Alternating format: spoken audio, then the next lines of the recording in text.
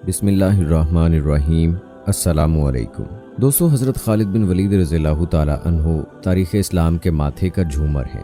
مضبوط چاقو چوبند جسم، دراز قد، سرخ و سفید روشن چہرہ، چوڑا اور کشادہ سینہ، چمکتی عقابی آنکھیں، شاہ سواری، نیزہ بازی، تیر اندازی اور شمشیر زنی کا جادوگر، جنگی حکمت عملی اور سیاسی چالوں کا ماہر، بے خوف، نہ ڈر، بہادر، جری، پاک دامن، شریف النفس، عبادت گزار، قسمت کا دھنی، برق رفتار، آتش جواں، شعلہ بیاں، جرنیل حضرت خالد بن ولید رضی اللہ تعالی عنہ قبیلہ بنو مخزوم کے سردار اور قریش کے با اثر رئیس ولید بن مغیرہ کے گھر پیدا ہوئے۔ دنیا حضرت خالد بن ولید رضی اللہ تعالی عنہ کو ایک نامور جرنیل و فاتح کے طور پر جانتی ہے۔ حضرت خالد بن ولید رضی اللہ تعالی عنہ کی بہادری اور قائدانہ صلاحیتوں کی وجہ سے انہیں اسلامی تاریخ میں ایک بلند مقام حاصل ہے۔ حضرت خالد بن ولید رضی اللہ تعالی عنہ کی بہادری کا ہی ایک ایسا حیرت انگیز واقعہ آج آپ کے ساتھ شیئر کر رہے ہیں۔ ویڈیو میں آپ کو بتائیں گے کہ حضرت خالد بن ولید رضی اللہ تعالی عنہ کو حضرت عمر رضی اللہ تعالی عنہ نے سرے دربار رسیوں سے جکڑ کر کیوں کھڑا کر دیا تھا، اور کیسے حضرت خالد بن ولید رضی اللہ تعالی عنہ کا سامنا ایک چڑیل سے ہوا تھا۔ دوستو، حضرت خالد بن ولید رضی اللہ تعالی عنہ فرماتے ہیں کہ جب اللہ تعالیٰ نے میرے ساتھ بھلائی کا ارادہ فرمایا تو اللہ تعالیٰ نے میرے دل میں اسلام لانے کا جذبہ پیدا فرما دیا اور ہدایت کا راستہ میرے سامنے کھل گیا۔ میں نے اپنے دل میں کہا کہ میں محمد صلی اللہ علیہ وآلہ وسلم کے خلاف تمام لڑائیوں میں شریک ہوا ہوں، لیکن ہر لڑائی سے واپسی پر مجھے یہ خیال آتا تھا کہ میں یہ ساری بھاگ دوڑ بے فائدہ کر رہا ہوں اور یقیناً محمد صلی اللہ علیہ وآلہ وسلم غالب ہو کر رہیں گے۔ جب حضور صلی اللہ علیہ وآلہ وسلم حدیبیہ کے لیے روانہ ہوئے تو میں مشرکوں کے سواروں کا ایک دستہ لے کر نکلا، اور عصفان میں میرا حضور صلی اللہ علیہ وآلہ وسلم اور صحابہ رضوان اللہ اجمعین سے سامنا ہو گیا، اور میں آپ کے مقابلے میں کھڑا ہو گیا۔ میں نے آپ سے کچھ چھیڑ چھاڑ کرنی چاہی۔ آپ ہمارے سامنے اپنے صحابہ کو ظہر کی نماز پڑھانے لگے۔ ہم نے سوچا کہ ہم نماز کے دوران ہی آپ پر حملہ کر دیں، لیکن ہم کسی فیصلے تک نہ پہنچ سکے، اس لیے ہم نے حملہ نہ کیا، اور اس میں خیر تھی۔ آپ کو ہمارے اس ارادے کا پتہ چل گیا، یعنی اللہ تعالیٰ نے آپ کو بتا دیا، چنانچہ آپ نے اپنے صحابہ کو عصر کی نماز صلاۃ الخوف کے طریقے پر پڑھائی۔ اس بات کا ہمارے دلوں پر بہت اثر پڑا، اور میں نے اپنے دل میں کہا کہ اس آدمی کی حفاظت کا مستقل غیباً انتظام ہے۔ آپ ہم سے ایک طرف ہو گئے اور ہمارے گھوڑوں کا راستہ چھوڑ کر دائیں طرف چلے گئے۔ جب آپ نے حدیبیہ میں قریش سے صلح کر لی اور قریش نے آپ کو زبانی جمع خرچ سے واپس کر کے اپنی جان بچائی، تو میں نے اپنے دل میں کہا اب کون سی چیز باقی رہ گئی ہے، اب میں کہاں جاؤں؟ نجاشی کے پاس۔ نجاشی نے تو محمد صلی اللہ علیہ وآلہ وسلم کا اتباع کر لیا، اور ان کے صحابہ اس کے پاس امن سے رہ رہے ہیں۔ کیا میں ہرقل کے پاس چلا جاؤں تو مجھے اپنا دین چھوڑ کر نصرانیت یا یہودیت کو اختیار کرنا پڑے گا اور عجم میں رہنا پڑے گا، یا اپنے وطن میں باقی لوگوں کے ساتھ رہتا ہوں؟ میں اسی سوچ و بچار میں تھا کہ اچانک حضور صلی اللہ علیہ وآلہ وسلم عمرہ کی قضا کرنے کے لیے مکہ میں تشریف لے آئے۔ میں مکہ سے غائب ہو گیا، اور آپ کی آمد پر میں حاضر نہیں ہوا، اور میرے بھائی ولید بن ولید بھی حضور صلی اللہ علیہ وآلہ وسلم کے ساتھ اس عمرہ میں مکہ آئے۔ انہوں نے مجھے بہت تلاش کیا، لیکن کہیں نہ پایا، تو انہوں نے مجھے بھی ایک خط لکھا جس کا مضمون یہ تھا کہ بسم اللہ الرحمن الرحیم، بہرحال حمد و صلات کے بعد ابھی تک اسلام لانے کی تمہاری رائے نہیں بنی۔ اس سے زیادہ عجیب بات میں نے کوئی نہیں دیکھی، حالانکہ تم بہت عقل مند ہو۔ اسلام جیسے مذہب سے بھی کوئی ناواقف رہ سکتا ہے؟ حضور صلی اللہ علیہ وآلہ وسلم نے مجھ سے تمہارے بارے میں پوچھا تھا کہ خالد کہاں ہے؟ میں نے کہا اللہ تعالیٰ ان کو ضرور لے آئیں گے۔ آپ صلی اللہ علیہ وآلہ وسلم نے فرمایا کیا خالد جیسا آدمی بھی اب تک اسلام سے ناواقف ہے؟ اگر وہ اپنی ساری قوت اور محنت مسلمانوں کے ساتھ لگا دیتے تو ان کے لیے زیادہ بہتر تھا، اور ہم ان کو دوسروں سے آگے رکھتے۔ اے میرے بھائی، خیر کے بہت سے مواقع تم سے رہ گئے، اب تو ان کی تلافی کر لو۔ حضرت خالد بن ولید رضی اللہ تعالی عنہ فرماتے ہیں کہ جب مجھے اپنے بھائی کا خط ملا تو میرے دل میں مدینہ جانے کا ایک شوق پیدا ہوا اور اسلام کی رغبت بڑھنے لگی، اور مجھے اس بات سے بہت خوشی ہوئی کہ حضور صلی اللہ علیہ وآلہ وسلم نے میرے بارے میں پوچھا۔ اور اس زمانے میں نے ایک خواب دیکھا کہ میں ایک قحط زدہ اور تنگ علاقے میں ہوں، اور میں وہاں سے نکل کر ایک سرسبز اور وسیع علاقے میں پہنچ گیا ہوں۔ میں نے کہا یہ سچا خواب معلوم ہوتا ہے۔ جب میں مدینہ آیا تو میں نے کہا اس خواب کا حضرت ابو بکر رضی اللہ تعالی عنہ سے ضرور تذکرہ کروں گا۔ چنانچہ میں نے ان سے اس خواب کا ذکر کیا تو انہوں نے یہ تعبیر بتائی کہ علاقے کی تنگی سے مراد وہ شرک ہے جس میں تم مبتلا تھے، اور اس تنگ علاقے سے نکلنے سے مراد اللہ کی طرف سے اسلام کی ہدایت کامل جانا ہے۔ جب میں نے حضور صلی اللہ علیہ وآلہ وسلم کی خدمت میں حاضری کا پختہ ارادہ کر لیا تو میں نے سوچا کہ حضور صلی اللہ علیہ وآلہ وسلم کی خدمت میں حاضری کے لیے کس کو اپنے ساتھ لوں۔ اس سلسلے میں میں صفوان بن امیہ کے پاس گیا اور میں نے اس سے کہا اے ابو وہب، کیا تم دیکھتے نہیں ہو کہ ہم کس حال میں ہیں؟ ہماری تعداد ڈاڑھوں کی طرح سے کم ہوتی جا رہی ہے اور محمد صلی اللہ علیہ وآلہ وسلم عرب و عجم پر غالب آتے جا رہے ہیں۔ میرا خیال یہ ہے کہ ہمیں محمد صلی اللہ علیہ وآلہ وسلم کی خدمت میں حاضر ہو کر ان کی اتباع کر لینا چاہیے، کیونکہ محمد صلی اللہ علیہ وآلہ وسلم کی عزت ہماری عزت ہے۔ لیکن صفوان نے سختی سے انکار کر دیا اور کہا کہ میرے علاوہ اور کوئی بھی نہ بچا تو بھی میں ان کا اتباع ہرگز نہیں کروں گا۔ میں اسے چھوڑ کر چل دیا اور میں نے کہا کہ اس آدمی کے بھائی اور والد کو بدر میں قتل کیا گیا تھا، اس لیے یہ نہیں مان رہے۔ پھر میری اکرمہ بن ابی جہل سے ملاقات ہوئی۔ میں نے ان سے وہی بات کی جو صفوان بن امیہ سے کی تھی۔ انہوں نے صفوان بن امیہ جیسا جواب دیا۔ میں نے ان سے کہا میری اس بات کو چھپائے رکھنا۔ انہوں نے کہا اچھا، کسی کو نہیں بتاؤں گا۔ پھر میں اپنے گھر گیا اور اپنی سواری کو تیار کروایا۔ میں اس کو لے کر چل پڑا تو راستے میں میری عثمان بن طلحہ سے ملاقات ہوئی۔ میں نے کہا یہ میرا دوست ہے، لاؤ اس سے بھی اپنی بات کر کے دیکھوں۔ پھر مجھے خیال آیا کہ اس کے آباء و اجداد بھی مسلمانوں کے ہاتھوں قتل ہو چکے ہیں تو ان سے ذکر کرنے کو مناسب نہ سمجھا۔ پھر میں نے کہا ان سے ذکر کرنے میں کیا حرج ہے، میں تو اب جا ہی رہا ہوں۔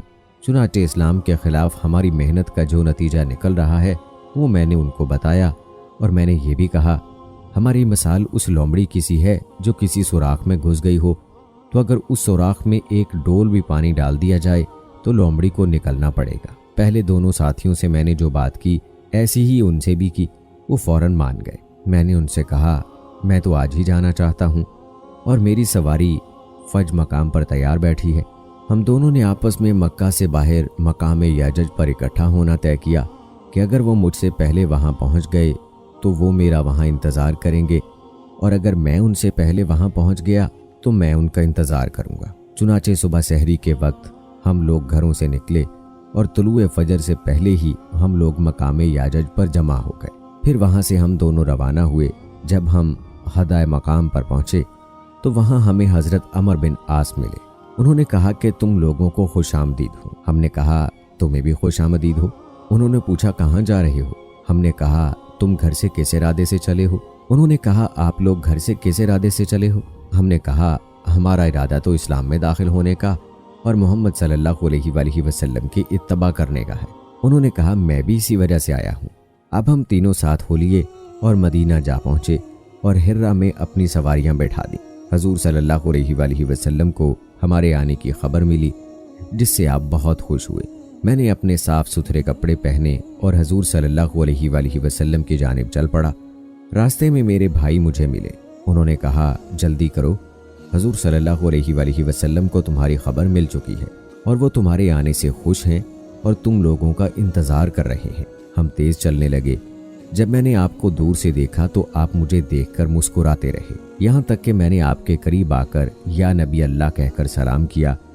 آپ نے کھلے ہوئے چہرے کے ساتھ سلام کا جواب دیا۔ میں نے کلمہ شہادت پڑھا تو آپ نے فرمایا آگے آؤ۔ تمام تعریفیں اس اللہ کے لیے ہیں جس نے تم کو ہدایت دی۔ تمہاری عقل و سمجھ کو دیکھ کر مجھے یہی امید تھی کہ تمہیں خیر ہی کی توفیق ملے گی۔ میں نے عرض کیا یا رسول اللہ صلی اللہ علیہ وآلہ وسلم، میں جن لڑائیوں میں آپ کے مقابلے میں حق کے خلاف لڑا ہوں مجھے ان کا بہت خیال آ رہا ہے۔ آپ میرے لیے اللہ تعالیٰ سے دعا کریں کہ اللہ تعالیٰ ان سب کو معاف کر دے۔ آپ نے فرمایا اسلام اپنے سے پہلے تمام گناہ مٹا دیتا ہے۔ میں نے کہا آپ اس کے باوجود میرے لیے دعا فرما دیں۔ آپ نے فرمایا اے اللہ کے راستے سے روکنے کے لیے خالد بن ولید نے جتنی بھی کوشش اور محنت کی ہے اسے معاف فرما دے۔ پھر حضرت عثمان اور حضرت عمر رضی اللہ تعالی عنہ آگے بڑھ کر حضور صلی اللہ علیہ وآلہ وسلم سے بیعت ہوئے۔ ہم لوگ سفر 8 ہجری کو مدینہ آئے تھے۔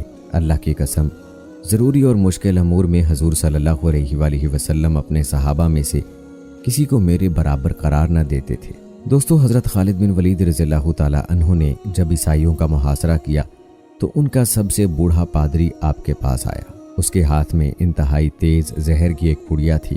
اس نے حضرت خالد بن ولید رضی اللہ تعالی عنہ سے عرض کیا کہ آپ ہمارے قلعے کا محاصرہ اٹھا لیں، اگر تم نے دوسرے قلعے فتح کر لیے تو اس کا قلعے کا قبضہ ہم بغیر لڑائی کے تم کو دے دیں گے۔ حضرت خالد بن ولید رضی اللہ تعالی عنہ نے فرمایا کہ نہیں، ہم پہلے اس قلعے کو فتح کریں گے، بعد میں کسی دوسرے قلعے کا رخ کریں گے۔ یہ سن کر بوڑھا پادری بولا، اگر تم اس قلعے کا محاصرہ نہیں اٹھاؤ گے تو میں یہ زہر کھا کر خودکشی کر لوں گا اور میرا خون تمہاری گردن پر ہوگا۔ حضرت خالد بن ولید رضی اللہ تعالی عنہ فرمانے لگے، یہ ناممکن ہے کہ تیری موت نہ آئی ہو اور تم مر جاؤ۔ بوڑھا پادری بولا، اگر تمہارا یہ یقین ہے تو لو، پھر یہ زہر کھا لو۔ حضرت خالد بن ولید رضی اللہ تعالی عنہ نے وہ زہر کی پڑیا پکڑی اور دعا پڑھ کر وہ زہر پھانک لیا اور اوپر سے پانی پی لیا۔ بوڑھے پادری کو مکمل یقین تھا کہ یہ چند لمحوں میں موت کی وادی میں پہنچ جائیں گے، مگر وہ یہ دیکھ کر حیران رہ گیا کہ چند منٹ آپ کے بدن پر پسینہ آیا، اس کے علاوہ کچھ بھی نہ ہوا۔ حضرت خالد بن ولید رضی اللہ تعالی عنہ نے پادری سے مخاطب ہو کر فرمایا، دیکھا، اگر موت نہ آئی ہو تو زہر کچھ نہیں بگاڑتا۔ پادری کوئی جواب دیے بغیر اٹھ کر بھاگ گیا اور قلعے میں جا کر کہنے لگا، اے لوگو، میں ایسی قوم سے مل کر آیا ہوں، خدا کی قسم اسے مرنا تو آتا ہی نہیں، وہ صرف مارنا ہی جانتے ہیں۔ جتنا زہر ان کے ایک آدمی نے کھا لیا، اگر اتنا پانی میں ملا کر ہم تمام اہل قلعہ کھاتے تو یقیناً مر جاتے، مگر اس آدمی کا مرنا تو درکنار، وہ بے ہوش بھی نہیں ہوا۔ میری مانو تو قلعہ اس کے حوالے کر دو اور ان سے لڑائی نہ کرو۔ چنانچہ وہ قلعہ بغیر لڑائی کے صرف حضرت خالد بن ولید رضی اللہ تعالی عنہ کی قوت ایمان سے فتح ہو گیا۔ دوستو، عربوں کے متعلق یہ بات تو آپ سبھی جانتے ہیں کہ قبل از اسلام زمانہ جاہلیت میں عرب عورتوں کو اپنا خدا سمجھتے تھے اور ان کی پوجا کرتے تھے۔ ان کی 3 بڑی دیویاں تھیں جن کو وہ دیوتاؤں کا سردار مانتے تھے۔ ان میں 3 بڑی دیویاں تھیں جن کے نام لات، منات اور عزا تھے۔ عزا سردار دیویوں میں سے ایک تھی۔ مکہ اور طائف کے درمیان وادی نخلہ ہے۔ وادی نخلہ میں اس کا مندر تھا۔ یہ وہی جگہ ہے جہاں حضور پاک صلی اللہ علیہ وآلہ وسلم کی ملاقات جنوں کے ایک گروہ سے ہوئی تھی اور انہوں نے آپ صلی اللہ علیہ وآلہ وسلم کی دعوت پر اسلام قبول کیا تھا، اور دوسرے قبائل وادی نخلہ میں مذہبی رسومات پوری کرنے کے لیے آتے تھے۔ اس مندر میں تمام لوگ عزا دیوی کے لیے جانوروں کی قربانی بھی کرتے تھے اور چڑھاوے بھی چڑھائے جاتے تھے۔ باقی تمام بتوں کی نسبت عزا کی زیادہ تکریم کی جاتی تھی۔ اس زمانے میں بتوں کے مندر عرب میں بہت دور دراز مقامات پر واقع تھے، لیکن ان مندروں کے بڑے بتوں کے نام والے بت خانہ کعبہ میں بھی رکھے گئے تھے۔ روایات سے پتہ چلتا ہے کہ عزا دیوی ایک شیطان عورت تھی۔ اس کی رہائش وادی نخلہ میں پائے جانے والے 3 چھاؤں کے درخت پر موجود تھی۔ اس کے اندر شیطانی طاقت موجود تھی جس کی وجہ سے وہ بتوں سے آوازیں نکالتی تھی۔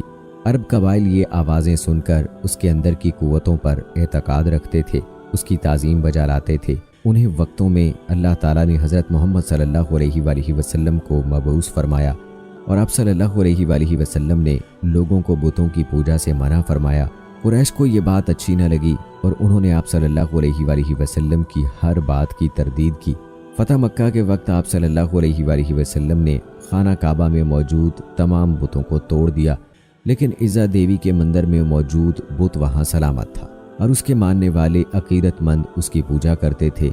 عزا دیوی کے بت کو توڑنے کے لیے حضرت محمد صلی اللہ علیہ وآلہ وسلم نے حضرت خالد بن ولید رضی اللہ تعالی عنہ، جن کو سیف اللہ کا خطاب دیا جاتا ہے، ان کو منتخب کیا اور حضرت خالد بن ولید رضی اللہ تعالی عنہ 30 گھڑ سواروں کے ہمراہ وادی نخلہ کی طرف روانہ ہوئے۔ حضرت خالد بن ولید رضی اللہ تعالی عنہ اسلام کے سب سے بڑے سپاہ سالار کی حیثیت سے بھی مشہور ہیں۔ انہوں نے 125 جنگوں میں حصہ لیا اور کسی ایک جنگ میں بھی شکست نہیں کھائی۔ یہ حضرت خالد بن ولید رضی اللہ تعالی عنہ ہی تھے جنہوں نے کیسر و کسریٰ جیسی بڑی سلطنتوں کو تباہ کر کے مدینہ جیسی ریاست کو عالمی ریاست کا درجہ دیا۔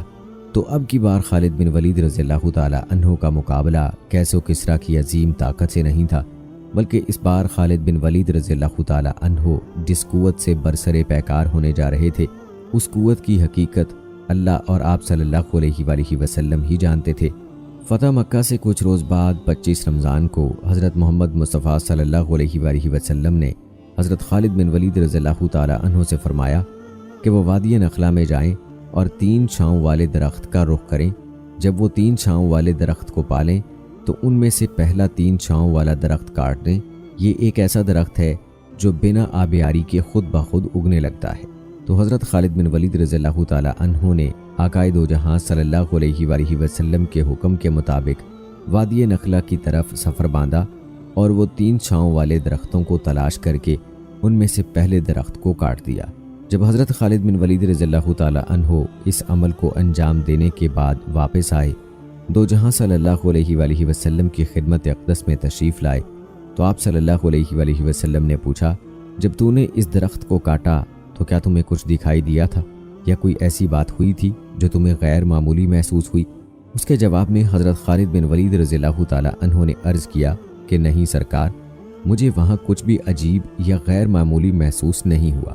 اس پر اللہ کے حبیب صلی اللہ علیہ وآلہ وسلم نے فرمایا، تو تم واپس جاؤ اور وادی نخلا کے 3 چھاؤں والے میں سے دوسرا درخت بھی کاٹ دو۔ حضرت خالد بن ولید رضی اللہ تعالی عنہ نے حضور صلی اللہ علیہ وآلہ وسلم کے حکم کی تعمیل کرتے ہوئے وادی نخلا کے 3 چھاؤں والے دوسرے درخت کو بھی زمین بوس کر دیا۔ واپسی جب وہ حضرت محمد صلی اللہ علیہ وآلہ وسلم کے پاس پہنچے تو آقائے دو جہاں صلی اللہ علیہ وآلہ وسلم نے پھر سے وہی سوال کیا کہ اے خالد، دوسرے درخت کو کاٹنے پر تجھے کوئی آواز آئی یا تم نے کوئی غیر معمولی دیکھا؟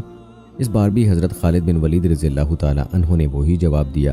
یہ جواب سن کر اللہ کے رسول صلی اللہ علیہ وآلہ وسلم نے فرمایا کہ واپس جاؤ اور تیسرے 3 چھاؤں والے درخت کو بھی کاٹ ڈالو۔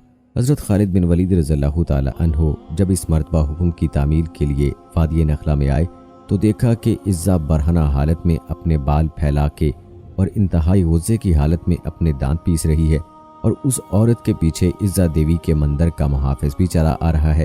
اس کا نام دبیہ بن سلمہ تھا۔ جب دبیہ نے حضرت خالد بن ولید رضی اللہ تعالی عنہ کو دیکھا تو اس شیطان شکل عورت عزا نے کہا کہ خالد پرزور سے حملہ کرو اور خبردار پیچھے نہ ہٹنا، اپنی اوڑھنیاں اتار ڈال، کیونکہ آج اگر تم نے خالد پر حملہ کر کے اس کو قتل نہ کیا تو یہ تمہیں شدید ذلت سے دوچار کر دے گا۔ خالد بن ولید رضی اللہ تعالی عنہ عزا سے مخاطب ہوئے کہ میں تیرا انکار کرتا ہوں، تجھے پاک اور مقدس نہیں مانتا، اور میں دیکھ رہا ہوں کہ اللہ نے تجھے ذلیل و رسوا کر دیا ہے۔ یہ کہہ کر حضرت خالد بن ولید رضی اللہ تعالی عنہ نے حملہ کر دیا اور اپنی تلوار سے اس کے سر پر وار کیا۔